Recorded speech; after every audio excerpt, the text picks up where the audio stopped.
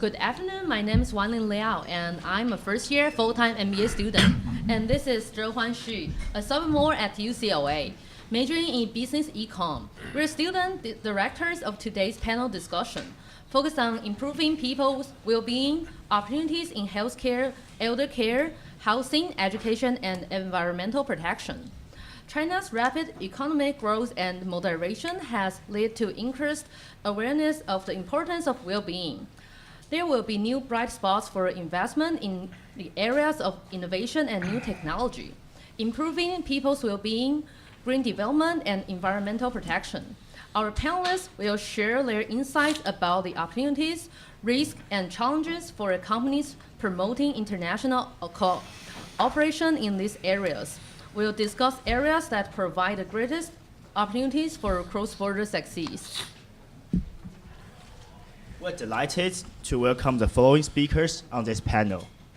UC Anderson alumnus, Greg Balen, class of 2004. He's the Vice President of the Corporate Homebuilding Operations of Landsea Homes. David Fong, the founder and President of Redbridge Capital, and Ruhong Jiang, co-founder and Chief Executive Officer of Applied StemCell. This panel will be moderated by Jiang, the Chief Executive Officer of Landsea Homes. He's also a sponsor of today's conference. He's responsible for managing all U.S. operations as focused on acquisitions, development, and sales for residential properties and value-added services. Before joining Landsea, he served as a director and vice president at Jiang's Landsea, leading the firm in cross-border business development, focusing on delivering transactional, consultancy, and other integrated real estate services to outbound Chinese businesses, and investing overseas. He's also an alumnus of the UC Anderson Executive MBA class of 2018. Please join me in welcoming our moderator and panelists. Thank you all for coming here, and obviously I really appreciate. I only graduated last year from the Executive MBA program, so I'm really excited to be back on campus and have my colleague Greg here, and also some of my other colleagues in the audience. David Fong has been a good friend for a while, and he's doing some really interesting things in the space, and I'll let him talk a little bit about that. And then also Dr. Jiang as well too, who I've had the pleasure of talking with the last day here, and some of the incredible things that he's doing in the healthcare space. So, this panel is pretty broad. I also think it's probably the hardest panel at this conference because it's titled Well-Being, which is so broad, and it covers everything from housing to healthcare to the environment. But I'll do my best to guide it, and then hopefully ask some really tough questions that'll spur some debate and dialogue, and open it up to questions for the rest of the audience as well. So without further delay, I'll have each of the panelists maybe just give a quick 5-minute introduction of themselves, some of their experiences, and some of the opportunities and challenges that they see in their space right now. So we'll start with you, Greg. So hi, I'm Greg Balen with Landsea Homes. I'm the, I drive our home construction at the corporate level, our home building operation, so that's really construction and also the product development. Thank you for having me here. It's nice to be back. As John said, I'm an '04 graduate, and it's really kind of nice to be in one of these rooms and not have a bunch of homework hanging over my head. Feel good about that. So again, thank you. Look, I think I tend to focus on the home building and the product development aspects of this. That's where I come from, and I will say absolutely in the 30 years I've been in this business and in this industry, the homes we're building now are much better built, healthier, more energy efficient, and really more suited to the lifestyles of the people there. So much on the performance side has really led to a lot better comfort and how things feel, and I think that's only going to become more important. Also, I think on the product development side, a lot of it has really had to do with the lifestyles that people have and they need. We have anything from student housing to families to people that are aging in place. much more opportunity to design specifically for those people, and I think that really plays into the wellness component that we have here. But other than that, again, great to be here and look forward to the panel. Hi, everyone. My name is David Fong. Thank you, John, and everyone for having us here. I think it was 2 years ago I last spoke here, and always happy to be here, and it's a pleasure. I find this conference very educational, and you meet some great people. My background is, I'm actually an attorney by background. Our firm was formed 4 years ago, and we specialize in student housing and apartments. So from a business standpoint, you guys actually are my customers, because I build product and I try to lease product to students. Unfortunately, I don't have anything at UCLA because the real estate is so tough around here. But we do have, dare I say it, we have products at USC. And so we specialize in student housing, and we have probably about 8 projects in the Western United States, total value about $300 million. We also have a ground-up project under construction right now, which we're almost finished. It will be finished in 2 months at the University of Nevada, Las Vegas. And what's, I guess, sort of makes us interesting to participate in this panel, we're a young firm. We've been around for 4 years, although the 3 partners that founded it, we've all been involved in real estate for over 20 years. But what's interesting about our 8 projects, we have 8 different types of investors in all our projects, ranging anywhere from, I've got a Chinese billionaire, I've got 12th largest developer from Shanghai, I've got U.S. family offices, I've got a $1 billion fund from Boston, and recently retail investors. We were doing crowdfunding. And so I hope to add some perspective, especially on education and student housing. First of all, thank you, Jiang, to bring me to this panel. My background is completely different. I had a PhD in genetics, so probably 20-something years ago, I was a bioinformatics scientist at the beginning. I write software before. And then I moved back to academia as a head of pharmacogenomics at Stanford. At that time, I had a $20 million grant. I quit. Joined another company. So that company is a small molecular drug discovery company. So I moved back to China in early 2007, just by myself, and then built that company from scratch. So that company will go IPO this year. Hopefully everything goes well. So in 2008, I started this company, Applied StemCell, with the 2 Stanford professors. Again, just at the beginning of the first year, just myself. The second year, 3 people. Right now we have 100 people. 53% are PhD from 16 different countries. So right now we have we are stem cell gene editing platform company. So we have 2 business divisions. So one division is we call that life science. Pretty much provide the tools for in vivo, in vitro gene editing. I should use a different language. Okay, so provide human cell and animal model to drug developers. Second division is we develop our own drug, so to cure. Remember, cure, not treatment. Cure human disease. Pretty much is gene therapy and the gene editing therapy product. So we have 6 products in the pipeline right now. So I just came back from China. So I traveled back fast since 2002. So I know China very well. I run 3 companies in China before, so 2 companies in the U.S. Of course, I'm in the healthcare industry, so pretty much I was in so-called right now. I would say I'm one of the first person in pharmacogenomics area, or we call that in later as individualized medicine, or right now as big data for healthcare. So actually that relevant to the whole set solution. They have the green building, green environment, along with community hospital, hospital in that. So I do have a couple of partners in China doing this kind of thing. Because we have a stem cell business. Yeah, again, I'm very happy to be here to share my thought. Well, one of the topics we want to cover in this panel is, and certainly it was discussed today as well, we've heard about this incredible growth of China, U.S.-China relations, the opportunities.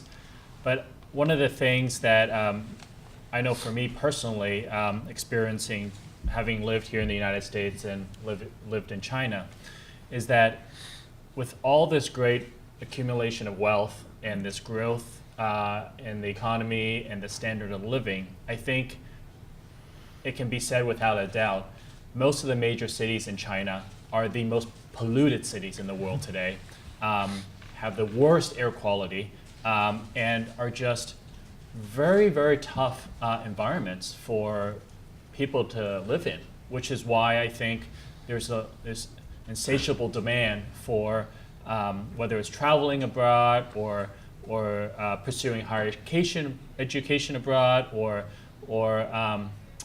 even as basic as, well, when we travel abroad, we're going to go buy medicine abroad as well too, and vitamins and all these health products and even some of the basic necessities of baby formula and some of these things. And there's this incredible sense, I think, because of how far China has come and how I think the standard of living has risen, that the people in China are demanding a higher quality of living and a higher well-being. So we heard from some of the earlier panels today about the drive to have or changing of the Chinese constitution to include this environmental friendliness or this healthy China. And China's even got their own plan to 2030 to improve the overall environment and health in China. So I want to ask each of the panelists in their respective spaces and experiences, what they've seen in China in terms of what they're doing to improve well-being, and what the opportunities are for whether it's U.S. companies or just bilateral relationships, opportunities that the U.S. and China could collaborate in to help China to achieve its goal of improving the well-being of its citizens and the environment in China. I'll start with you, Greg. Okay, thanks, John. So I think the idea that really resonates with me on the whole Healthy China program is you have there's just sort of a lot of visceral responses and things you get from it. It's making that connection between being a healthy person and living healthy makes you kind of fully see your best potential as a person, which leads to the best potential for the society, and then ultimately really great potential economically. I think having that focus is important. Again, I look at things from the product development side. The company John and I are with, Landsea, back in China, it's really Landsea Green, and they've made a very concerted effort, and their whole brand is based on this, environmental thoughtfulness. When, I would say at the same time I was in California kind of struggling to meet the minimum requirements because the state was so, severe on what we had to do. In China back in 2001, Landsea was starting to really realize that, hey, there's a market demand. We're going to have an emerging middle class that's going to have money and be able to afford these things, and they're seeing what's going on in the world and wanting more, and they're going to demand it. So we got ahead of that, and we're very fortunate we have a brand for those things. I think there are a lot of things on product development and design that I think are suitable. One of the opportunities I think is really would be good there, and on collaboration is, since we're so in the U.S., we're a little bit ahead on thinking about pollution and air quality. I mean, I know I grew up in Los Angeles when the air quality was horrible, and it's much better now, and there are more people and more cars, and yet it's much better, so it's doable. But I think really some of those, I don't know, I'm going to call them kind of unsexy industries, like maybe figuring out good solutions for waste management, kind of those things behind the back door of the business are going to be very important, and I think some of the better opportunities are going to be in businesses like that maybe you don't write home about. When you say waste management, are you talking about recycling, or are you talking about design and using less waste in commercial development? Yeah, I think it's both. I think it's about really how these things are being disposed of and having a plan for once we create it, where's it going to go and what's the best place to put it. And I think also on the true waste reduction when you're building and constructing. I mean, I'm very fortunate. I get to deal with and talk with some of the, I guess I would say, the smartest people in China that are dealing with these environmental issues and about environment and wellness. And I think the minimizing waste is really kind of not on their radar yet. It's not something they're focused on, and I see that as an opportunity. Right. David? So my observations from the student housing area, couple in the U.S. Has been a huge trend. It's been student housing has matured and developed. From when I went to school and I lived in a college dorm. It was a concrete cinder block. There's 4 guys and we all share a bathroom, or there's a bathroom down the hallway with 20 other people. And to today, the consumer is demanding a lot more, and there's a lot more luxury and it put into the product. We're building a project, as I mentioned, in Las Vegas, which will be open in 2 months, and it's on par with sort of luxury apartments that rich young professionals live in. Every student has their own bedroom. Every student has their own bathroom. We have luxury gym and swimming pools. We have yoga rooms. We have a dog park, because a lot of students take comfort with pets. And what's interesting that as we develop these really high-end products, we've seen also a trend in student housing where a lot of foreign investors are now very interested in student housing, in particular China too. Used to be when we went to student housing conferences, it was I was like the only Asian guy there. And so we just had the big annual student housing conference 2 weeks ago in Austin, and there are all these different groups from China, Beijing Construction and a lot of small private equity funds, and we've been contacted by all sorts of big companies from China. And so there's a big interest in kind of learning about and investing in U.S. student housing, but also I see the desire from a lot of the Chinese companies to want to take that knowledge and somehow transfer it to China to improve the environment. Similarly, we haven't done it, but we've also had Chinese companies talk to us about doing deals in China. And I think, at least anecdotally, what I've heard from my colleagues, and and I'm an old man, I'm over 40, and so other people I know who were from China or went to UCLA law school, or but went to maybe Beida years ago, and so they tell me about when they lived in the dorms in China and how they turn off the electricity at whatever it was 3 a.m. or something, but everyone has these little generators and they're reading on their flashlight or a lamp, and they're afraid they're going to set a fire in the building and all these kind of dangerous conditions. And I think something has happened now at those universities because we've had people from Tsinghua and Beida, all these schools, ask us about we've got all this land, we got all these old dormitories, we want to do something more modernized and try to improve the quality for this next generation. I think that this new generation, I missed the presentation earlier, but the sense I got from hearing people talk about it is it seems like this younger generation, they demand more, and they're coming up from a wealthier sort of middle class background.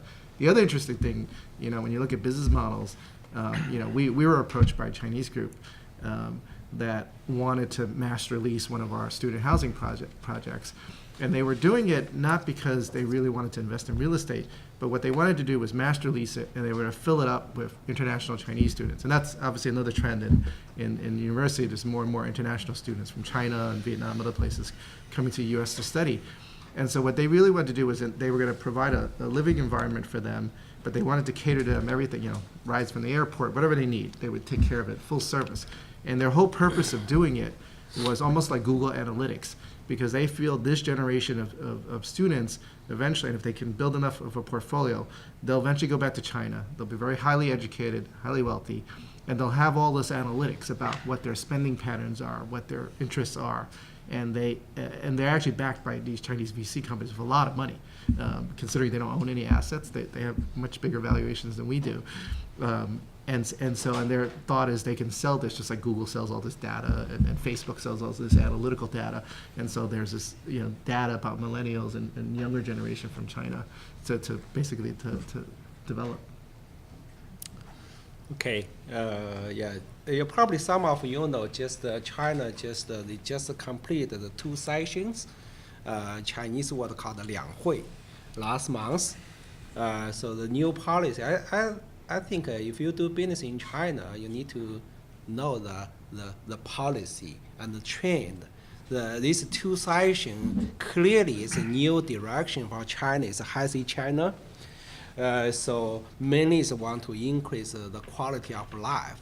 So I think that probably fit the theme of today's panel. So I just came back from China. So the China usually is, to me, is if you want to know the direction of China, so there are 23 national level thinking tanks in China. So if you get a chance to have a discussion with those people, many of them are returnees, so very, very, very seasoned in different areas. So let me thinking about just recently, actually quite a few of my friends, they all are billionaires in China.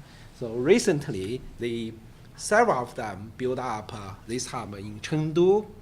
This guy built a so-called advanced agriculture project. Pretty much, he was in medical device business before. This time I meet him, he said he's going to, he investing 1 billion RMB in try to build a advanced pig farm.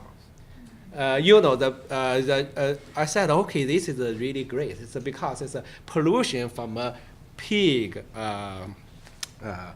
It's really it's a challenge. But the pork is really the major meat for Chinese population.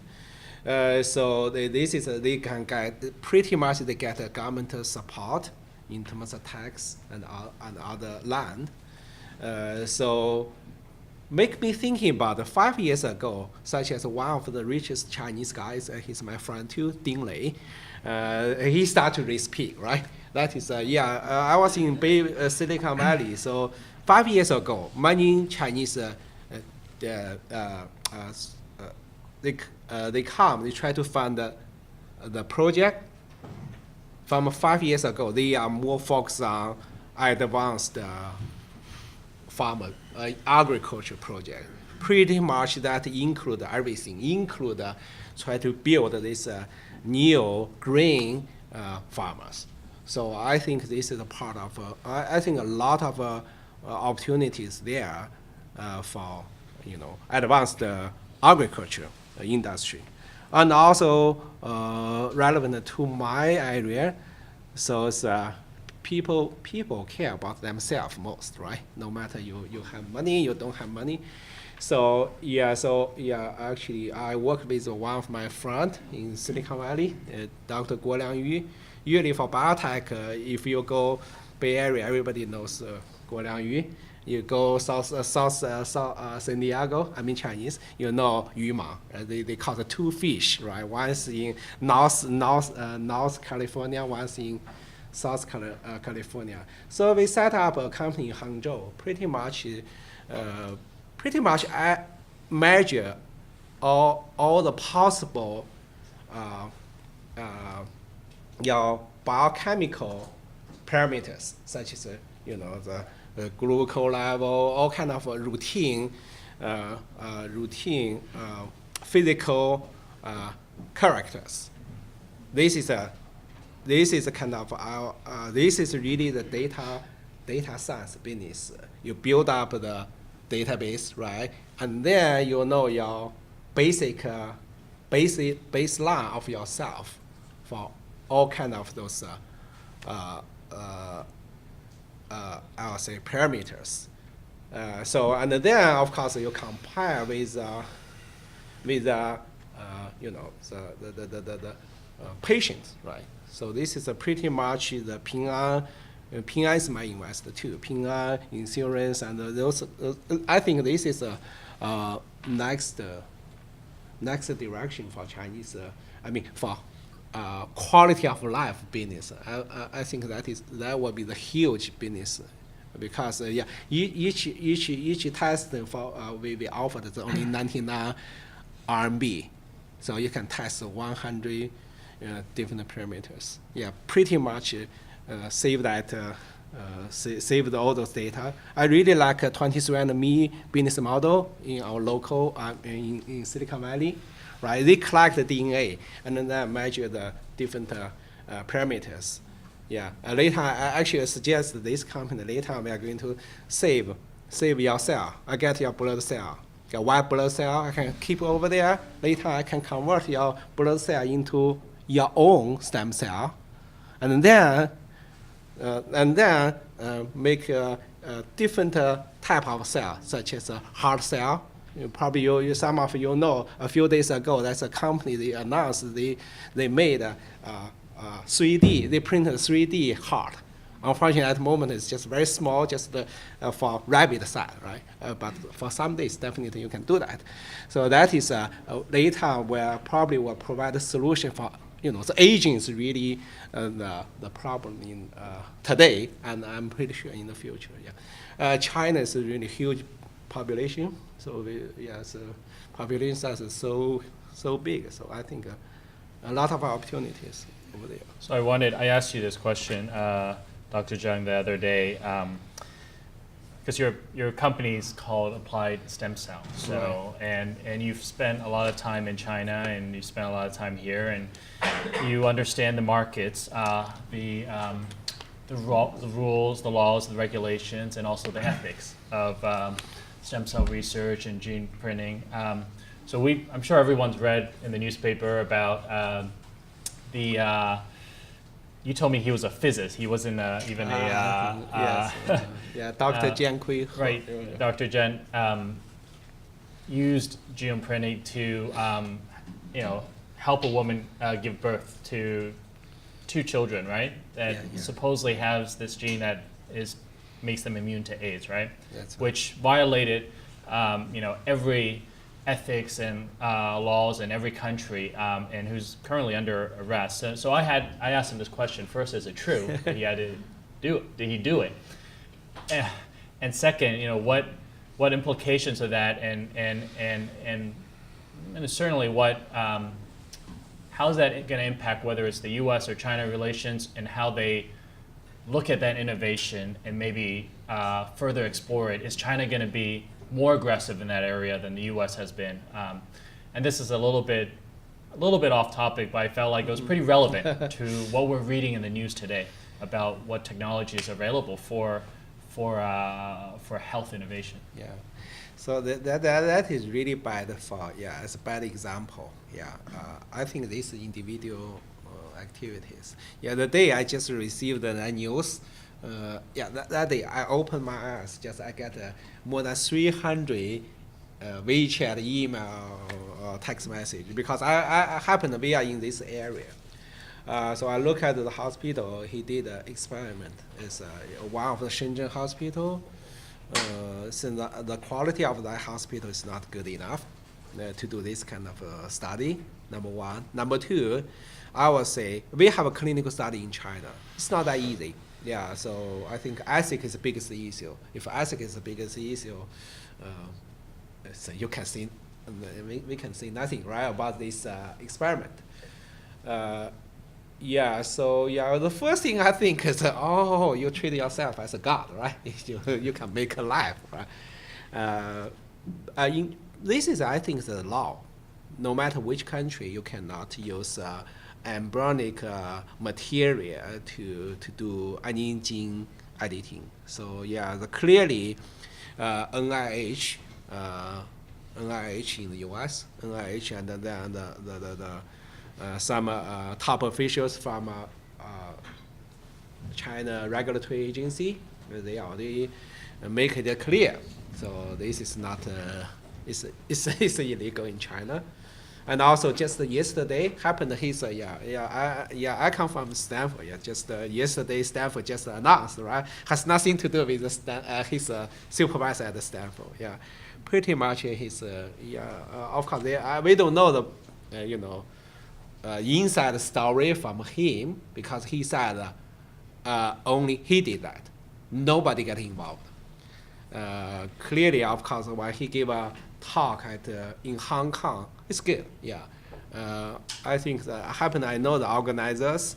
I think organizers did a great job. This is scientific conference, right? Just let him finish, right? All the report. It's a biggest I think issue. Yeah, I the first reaction we have I'm afraid is number one may hurt this industry, right? Secondly, my worry is China probably just stop all those kind of basic research even. Pretty much this time Chinese government I think did a better job than last time. As a cell therapy. Happened is a young guy was treated by the similar hospital like Dr. He did. They belongs to we call that Putianxi. Yeah, it's not official. I mean, they are official hospital. Not that high. I would say science is not that solid, right? Those hospitals. So happened belongs to the same series, same family of hospital. Yeah. At that time, China pretty much banned the cell therapy, stem cell therapy for roughly a year. So later on, in China, it's really sometimes today, Zach said they use just thinking. They don't, they 脑袋决定屁股. They use a different way. Yeah, actually the official, they're very efficient. Yeah, they make a decision very fast, but sometimes the two sides, good or bad. So this time I think Chinese government did much better job. Yeah, still keep this. They do have a policy over there. Just some scientists. Up to myself, we should not just. This is not a criminal, right? It's a young scientist, only 30 years old. So I was young before. Just. To me, it sounds like just one mistake and not criminal. Yeah. So, but it's not right thing to do. Yeah, it's not right. Yeah. Thank you, Dr. Jiang. Switching gears a little bit, we heard today as well too about how there's increasing larger population of elderly in China. A lot of it's driven by the one-child policy that they've had for many years, and many people can argue probably for too long, which has created this inverted pyramid. I know certainly from speaking to David before, he's had some experience in this, and I'd like him to maybe share some of the differences or opportunities maybe as well in the senior housing space between the U.S. and China, given that in the United States, the senior housing industry is incredibly mature and has been. It has a very successful model, I think. But China is just emerging in this area, and we hear a lot about investment in this space, but not very profitable yet, because I think they're still looking for opportunities. So maybe David can take this question, and then maybe Mr. Jiang, Dr. Jiang can also maybe add what his thoughts on this elderly space as well too. Sure. It's a little bit of a dangerous question for me because that's not what we specialize in. This is just based on my sort of anecdotal observation.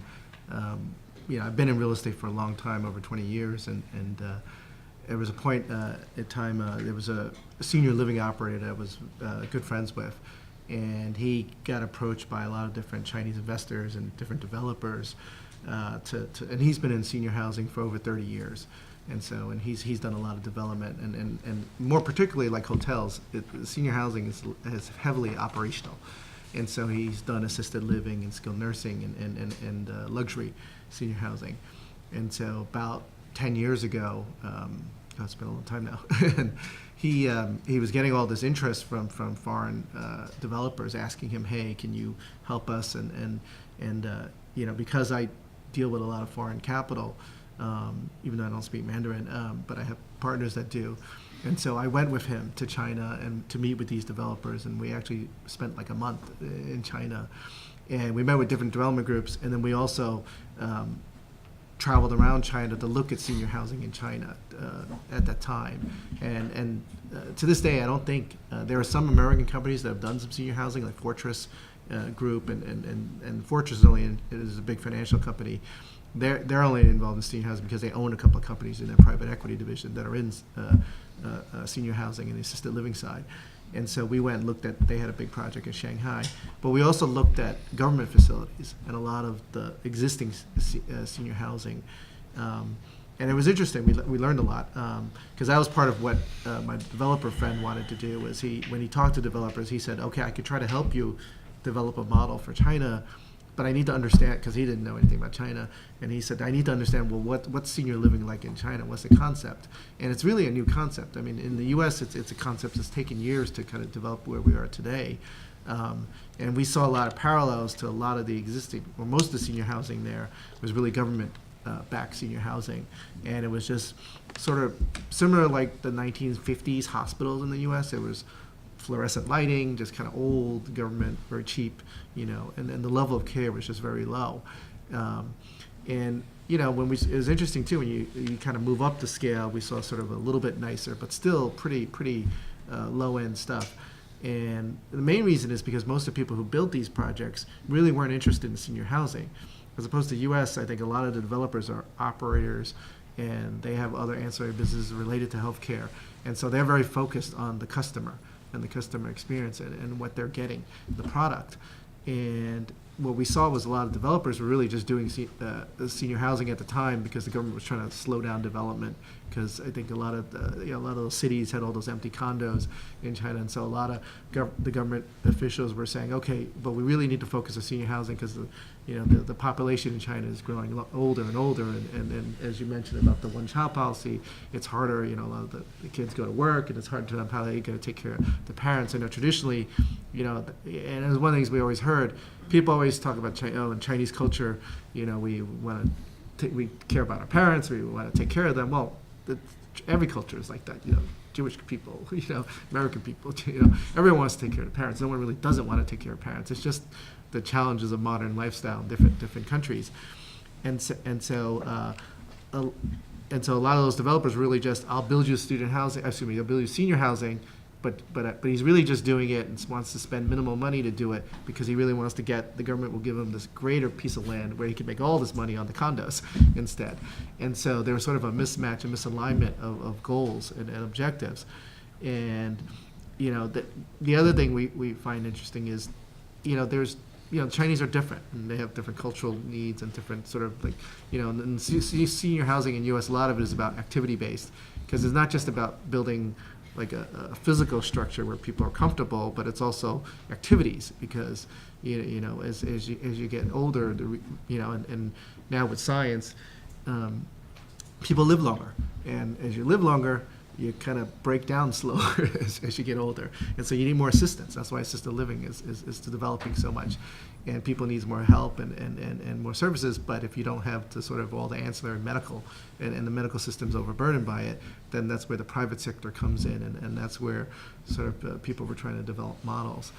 To this day, I don't know if anyone's really done senior housing well in China. I know people are still dabbling at it. I do know you can't. It's not as simple as just taking what you build in America and just go build it in China and provide the same management companies and the same services to the patients or the residents. Excuse me. That doesn't work. And at the same time, it's not just about like building hotels. I travel around China a lot. 5-star hotels in China are not necessarily the same as 5-star hotels in the U.S. or Europe, and so China has a different approach to that. Sort of someone once coined a phrase to me about the Chinese. They call it's from a Chinese statement, it's just good enough to a certain level. And so I don't think they want just good enough senior care. I think they want something better, but the solution hasn't happened. But there is opportunity. I mean, because if you think about it, who provides really care for elderly in China other than government? A lot of it comes from employers, and especially if you think about companies, there are companies like you mentioned Ping An, insurance companies, that was an opportunity we saw where, well, if there's a way you could blend some of these insurance, because a lot of these companies provide housing and things for their employees and stuff. Well, at some point, those people get older, and it's, I can see the government imposing a duty on them. Well, you need to help take care of this aging population. And if there's a way to have them involved, because they have a lot of capital to build better product, there's something there that maybe could be developed. But I don't, no one solved it, so I don't know. Yeah, That's an opportunity for someone. I think that is the opportunity. I mean, there's that important number of about 300 million kind of people in China transitioning to being over 60. That's coming pretty quick. But there's also the 500 million that are really kind of the new middle class. I think in about 4 or 5 years we're going to hit that number. And they're, it's kind of a younger middle class than we're seeing in a lot of places. And I think they, I think the Chinese have been pretty good at saving money. They kind of save at a higher rate than most people, and a lot of that's for, I think, healthcare and retirement. And I think you talk about all those reasons that everybody wants to take care of their parents, but I think there is an opportunity there where if somebody can really, as far as a collaboration between maybe U.S. companies and some group in China, they're much more relaxed about and even encouraging foreign investment and private investment. But I think the group that can have the the American strategy and knowledge that's been developed over the years for how to treat different types of age-restricted housing or elderly care housing with the group in China that can sort of understand how to translate that culturally into what really needs to happen. I think that could really be a great thing and is a great opportunity. Yeah, you just made me remember something. Like one area where we saw, and there's some, I'm forgetting who it was, but there was a Chinese national who started creating a system. One area was telemedicine, which is something that's kind of growing because, today no one gets, although now there's new apps, but no one has the doctor do the home visit anymore. You're always going to the doctor's office, but then wherever we go to the doctor's office, you're waiting hours sometimes to see the doctor, or you get in trouble for you're being late, but then when he's late, there's no penalty.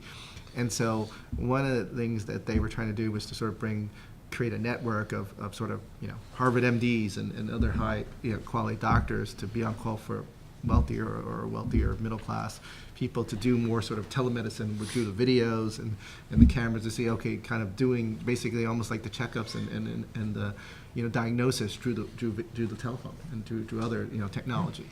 And that is an area if I think there's opportunities for growth. Dr. Jiang, you and I were talking about this the other day, yesterday as well too, is that certainly I think the U.S. has very good quality of care. Certainly, maybe because it's probably the most expensive kind of healthcare in the world. And then you have China, which has universal healthcare, but maybe in terms of its quality or availability of it, it's quite limited. But then you look at a country like Taiwan, where it's universal, and the quality of healthcare is phenomenal. And advanced. Is there opportunity for China to somewhere find some middle ground there with such a large country? Yeah, actually they do. Actually, the founder of Libao Jituan in China, probably somebody from Taiwan, probably you know him, Wu Baotian. He's my friend. He's doing some kind of this kind of project in China. Yeah, I think he started probably in the middle of 70s or 80s. Yeah, he's probably number 1, number 2 in China, in Taiwan. So their model is just they try to have clinics, just have a nurse, not a physician, for every 100,000 residents. Yeah, so have clinics. So I know he got the Hongqiao Yihao he got. I don't know the later on the project if that finished, right? So the ideas sounds good. Yeah, just I feel I have some concern for that. Number one, the insurance system is different in China and the U.S. U.S. is relative. The system is more mature, I would say. China, so they have medical insurance. Pretty much to us, for drug developers, we think that medical insurance pretty much is nothing. Still, the patient need to pay from their pocket. And also, of course, they have a commercial insurance. So I see this time I visit Henan province. So they have a healthcare summit, invite me to give a talk over there.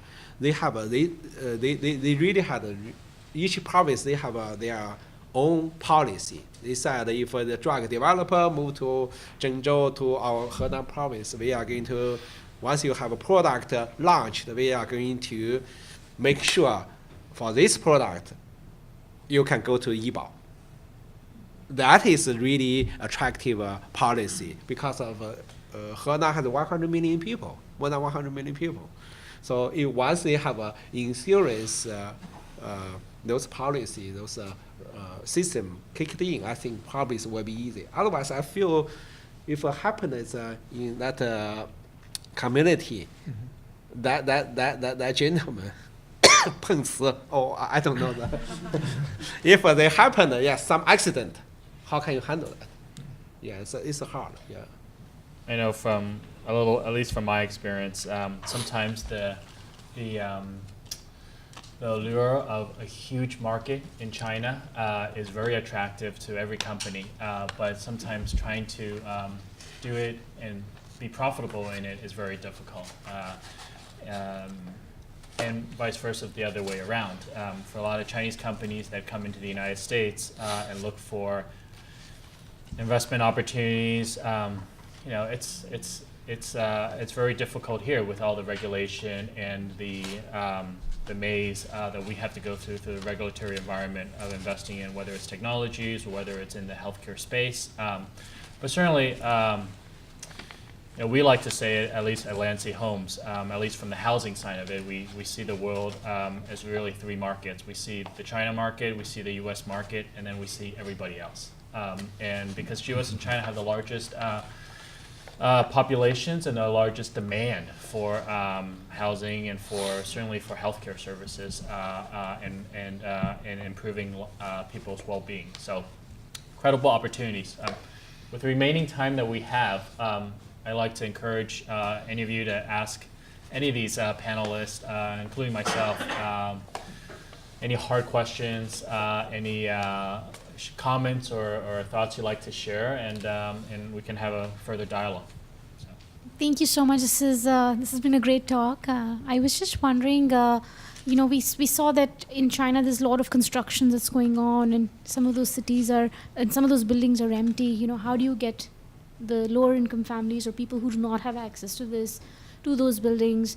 And even as you pursue some of the assisted living projects, how do you reach the masses? And I know it's a tough challenge and it's a big, huge market, but what would be some of the initial steps you would recommend people think of and, we think of in our projects and go from there?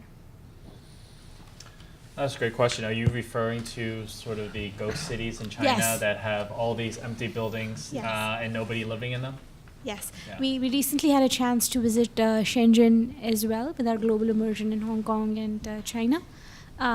We actually saw a Tencent building as well, which is beautifully constructed. And it has a gymnasium, it has a football stadium, and there was not even a single employee there. It was only 40 people who went from here. We saw the building and we came out. It was so good, but it was like no kid in there, no person in there. So. One of the answers we're talking, I always, I've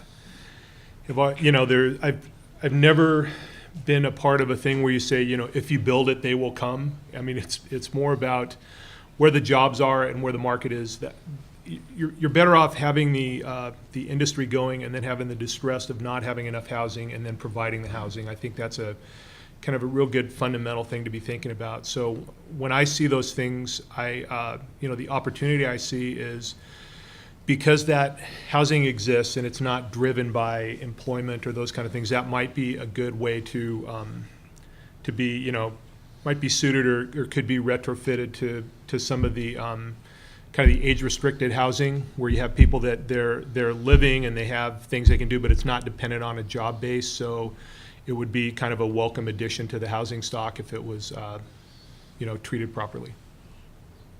Yeah, my 2 cents, my own personal opinion is, the simple answer is you need government involvement.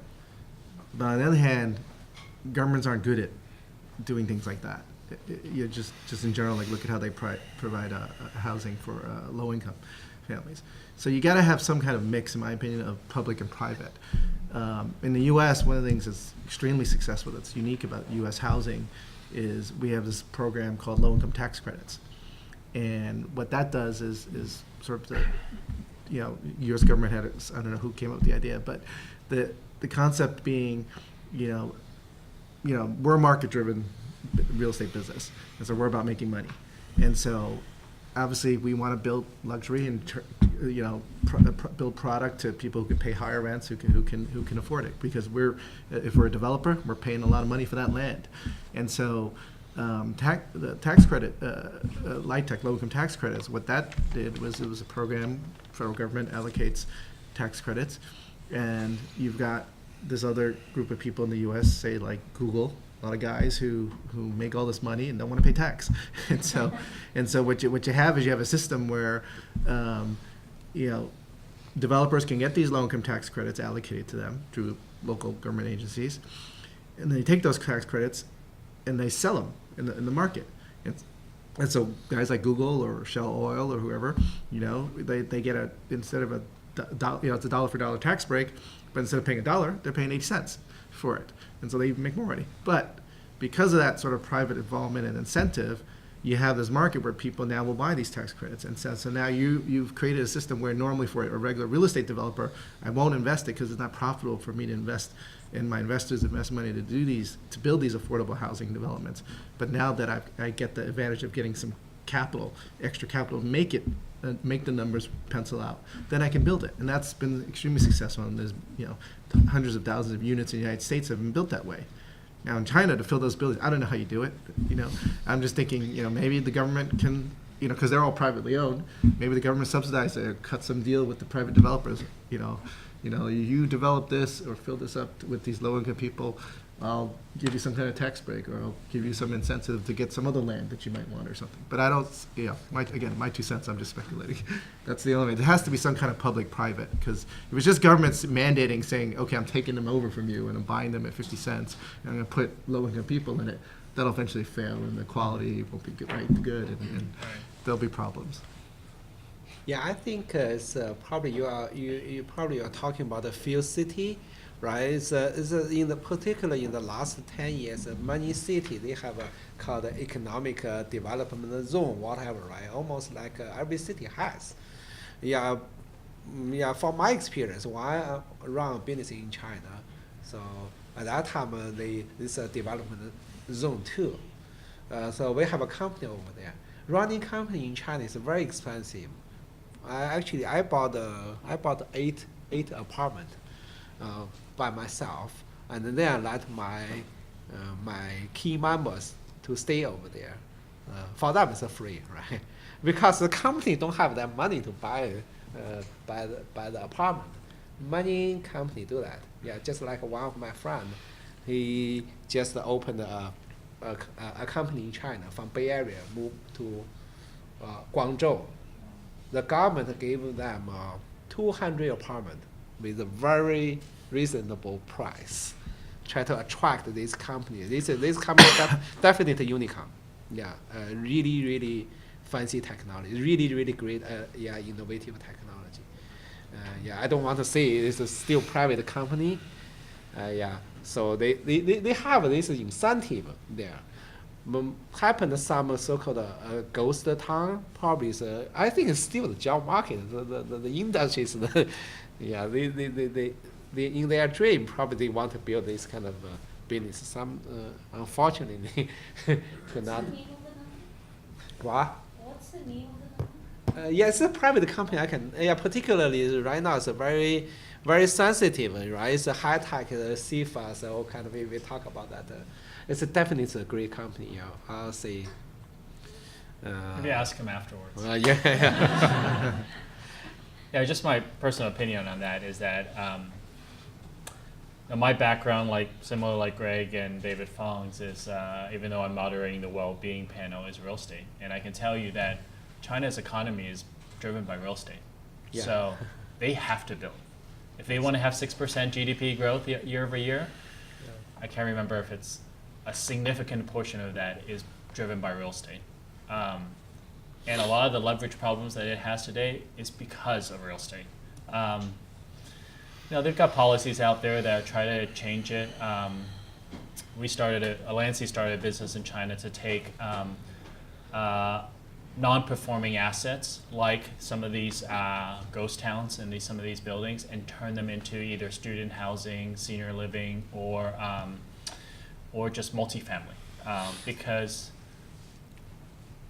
people can't afford to buy homes in these cities, and the government won't lower those prices, because if you lower those prices, it directly impacts the government's source of tax revenue, because they get their tax from the land sales. So it's sort of this, China's in this very vicious cycle where it continues to build in order to feed its economy and tax revenue so it can continue to grow GDP, but at the same time, it's making it more and more unaffordable for people to live in cities.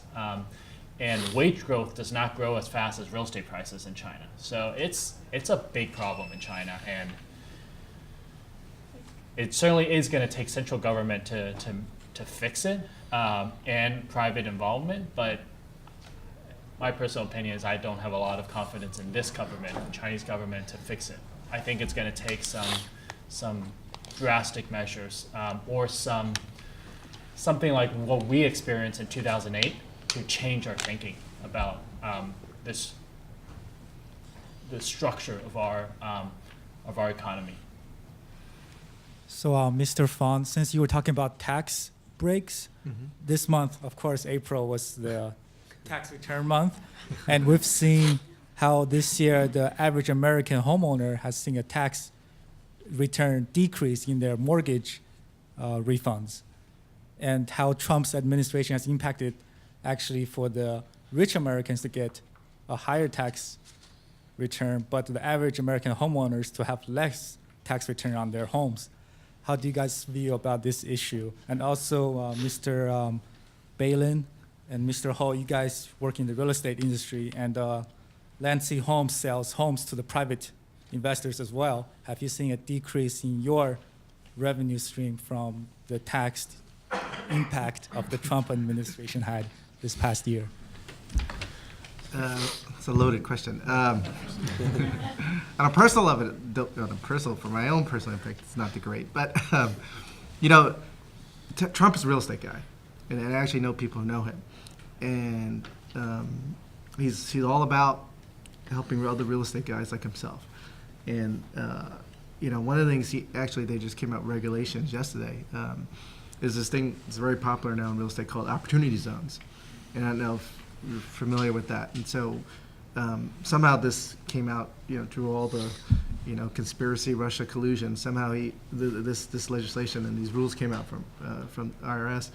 Basically, it was a program designed to encourage people to invest money that they make from not necessarily just real estate. Historically, in real estate, there's something called a 1031 tax exchange, where you make money on a real estate and you defer your capital gains tax by investing it into another real estate deal.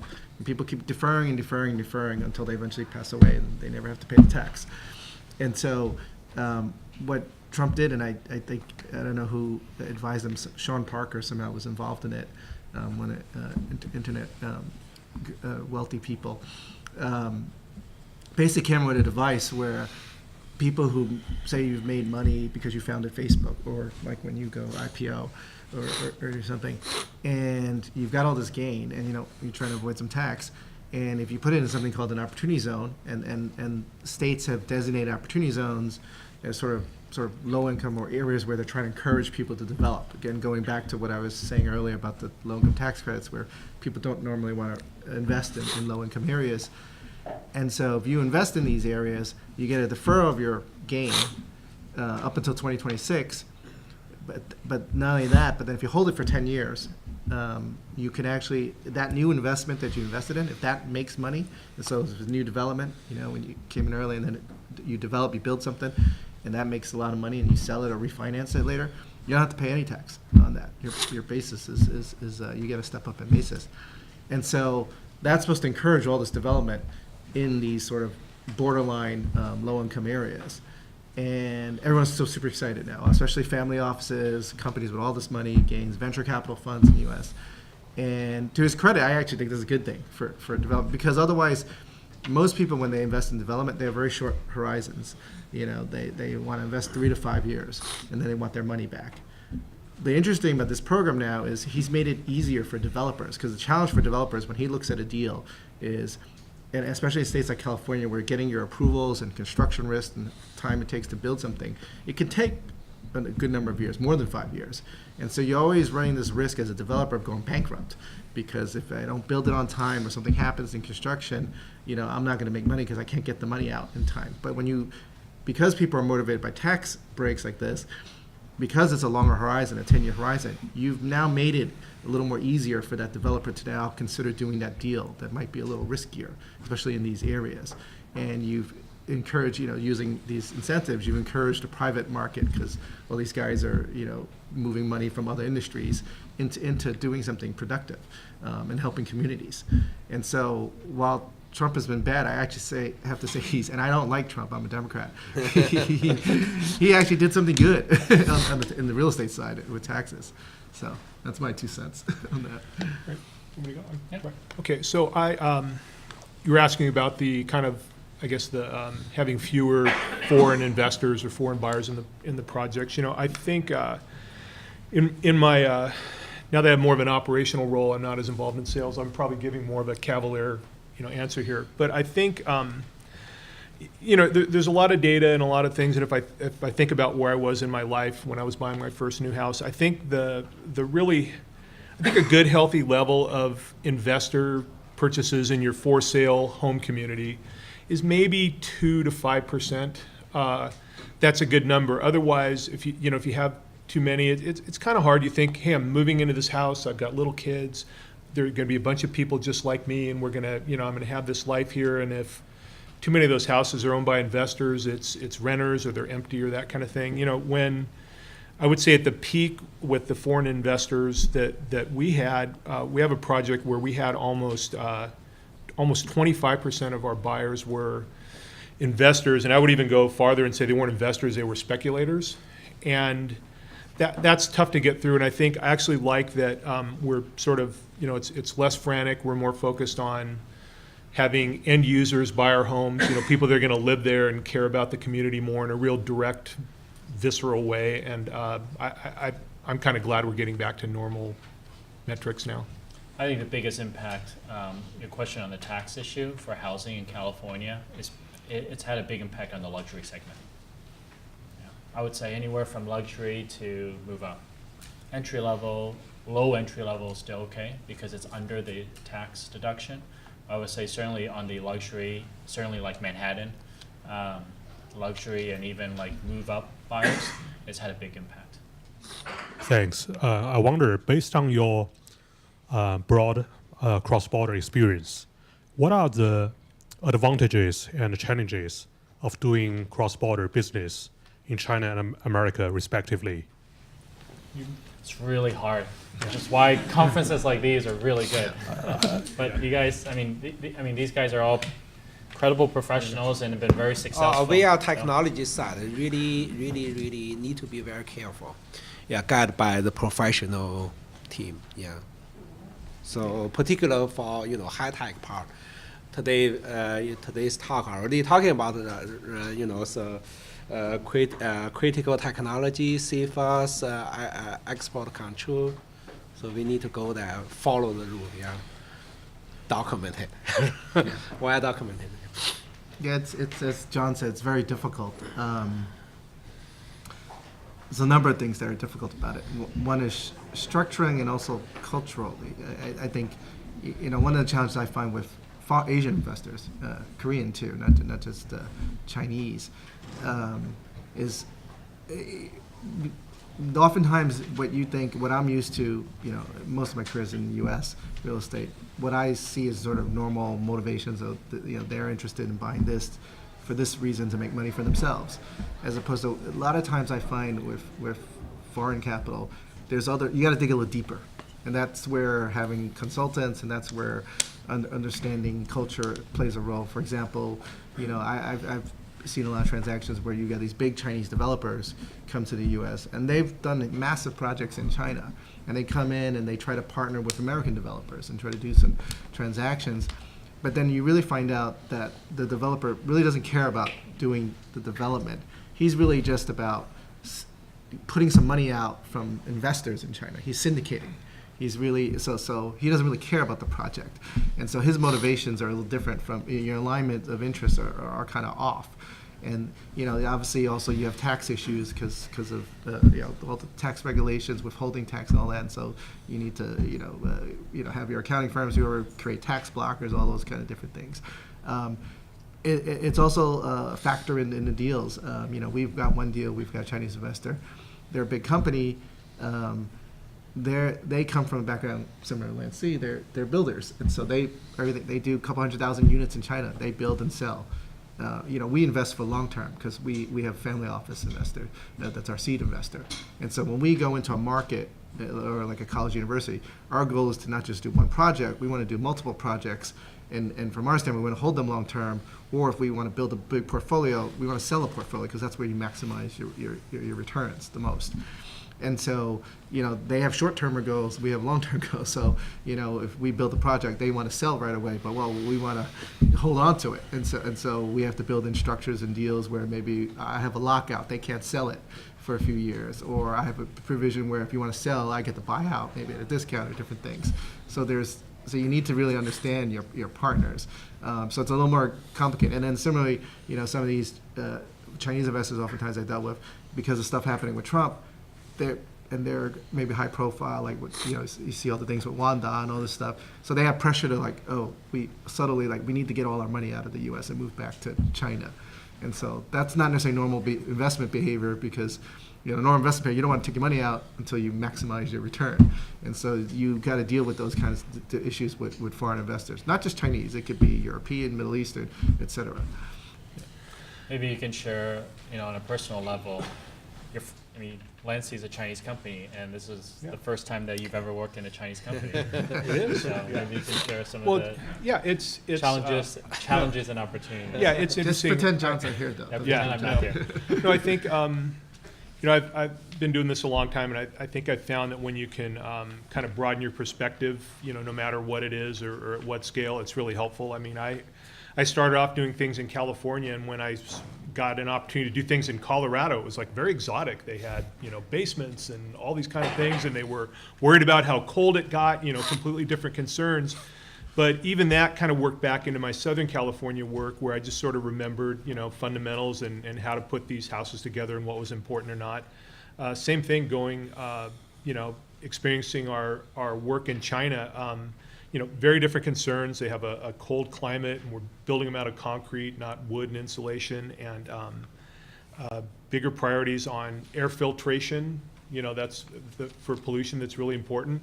Here it's more about, it's kind of have an issue of, hey, if you don't like the temperature inside the house, we're in Southern California, open the window. It'll be nice in a while. So I think that's good, and I think I seem to do better with the food here than I do over there, but it's good. I think That's it's because I think his it's first good. meal in China was Burger King. Yeah, but I think That was the first wrong move. yeah, it was nice hosting there. But I think I think we benefit from having really a kind of boundaryless international perspective on our houses that works its way into what we do in the United States, and likewise a lot of the things we're doing. Our Chinese team is very interested in the things we do with options and upgrades here. Their land is so expensive. You're doing so many things you're essentially doing just-in-time finished selections to give as much opportunity as possible for a buyer to get the house they want, but still you've got that interest meter burning and you want to start the house before you've sold it. So they're getting curious about that, and I think it's been good for all of us. So because of the time limitation, we have to stop here. Thank you to our panelists and moderator for a very engaging discussion on the opportunities and challenges for companies promoting international business in the different areas that contribute to improving people's well-being.